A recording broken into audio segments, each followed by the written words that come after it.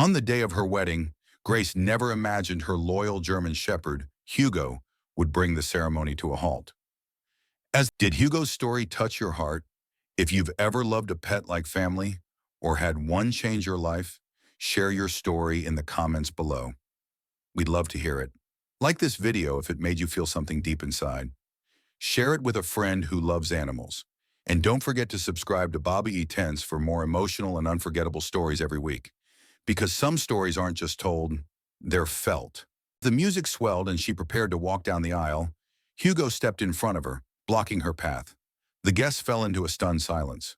For over a decade, Hugo had been Grace's shadow, her confidant, her guardian, her best friend. At first, she thought he was just overwhelmed by the excitement, but something about his eyes, intense and pleading, made her stop cold. "Hugo, come on," she whispered gently, trying to coax him aside. But Hugo wouldn't budge. He leaned against her legs, breathing heavily, his frame trembling. "Grace, we need to start," her father urged, reaching for the leash. That's when Hugo let out a low growl, soft but firm. He'd never growled at her father before, never growled at anyone. Kneeling down, Grace cupped Hugo's face in her hands. "What is it, boy?" she asked, her voice trembling. That's when she saw it, his labored breathing, the way his legs quivered just to keep him upright. Her heart sank. The wedding, the guests, the anticipation, it all blurred into background noise. Her entire focus zeroed in on Hugo. Lucas, her fiancé, stepped forward, concern etched into every line of his face. "Is he okay?" I don't know," Grace replied, rising slowly. "But something's wrong. We need to get him to the vet, now." Gasps rippled through the crowd. "The wedding can wait," she added, her voice steady despite the whirlwind of emotions. Without hesitation, Lucas nodded. "Let's go." Still in her gown, Grace helped Hugo into the car. Lucas drove, calling the emergency vet while Grace cradled Hugo's head in her lap. The scent of her wedding bouquet still clung to her dress, now wrinkled and smudged with paw prints and worry. When they arrived, Dr. Peterson, Hugo's longtime vet, was waiting. He took one look at Hugo and led them in without a word. Time dragged in the sterile clinic. Finally, the vet looked up, his expression heavy. "Hugo is in advanced heart failure," he said quietly. "The stress of today pushed him too far. We can manage his pain, but he's only got months, maybe less." Grace felt the world tip sideways. "Is he in pain now?" she asked. "No," Dr. Peterson said softly. "But stopping you today, that was his way of telling you he needed help."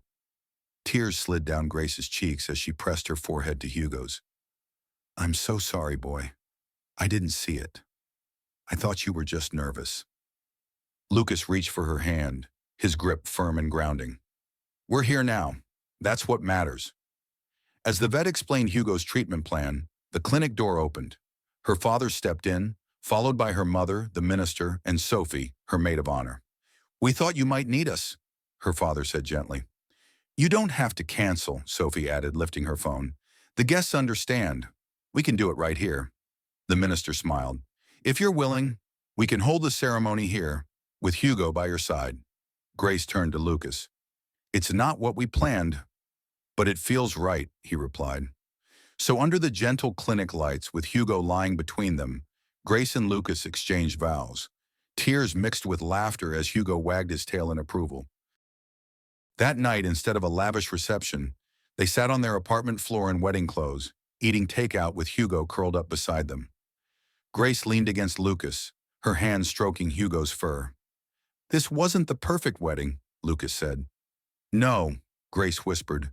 "It was better, because of him." In the months that followed, Hugo's condition fluctuated. Some days he was full of life, tail wagging, eager for short walks. Others he barely managed to stand. Grace and Lucas adapted, treasuring every moment. One quiet winter night, Grace held Hugo close. "You've been the best boy," she whispered as Lucas brought her a warm drink. "He's a fighter," Lucas said gently, "just like you." But the hard days began to outnumber the good. And then, on a calm spring morning, Hugo gave them the sign. They spent the day in the garden under blooming trees.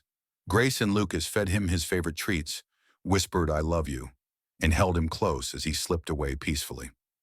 That night, their home felt unbearably quiet. Grace sat at the table, staring at Hugo's empty bed. "You gave him a beautiful life," Lucas whispered, his hand resting on her shoulder. "I just miss him so much," she choked out. "There's no timeline for grief," he said softly, "but his love will stay with us." Weeks later, Grace found herself at the shelter where she had adopted Hugo all those years ago. She wasn't looking to replace him, no one could, but her heart, once hollowed by loss, now longed to love again. Then she saw him. At the end of the row, a senior golden retriever lay quietly on a blanket.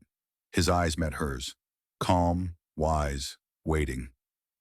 "This is him," she whispered. His name was Lucky. Lucas knelt beside her and gently scratched behind the dog's ears. Lucky sighed in contentment. His tail gave a small wag. "Welcome to the family," Lucas said with a smile. That night, Lucky curled into Hugo's old bed as the rain tapped gently against the window. Grace sat beside him, whispering, "We're going to love you so well, Lucky." Every year on their anniversary, Grace and Lucas visit the shelter. They bring donations, spend time with the older dogs, and share Hugo's story. It's their way of honoring the friend who taught them the true meaning of love, unconditional, timeless, and always worth sharing. Because love like Hugo's doesn't end. It lives on in every heart that learns to open again.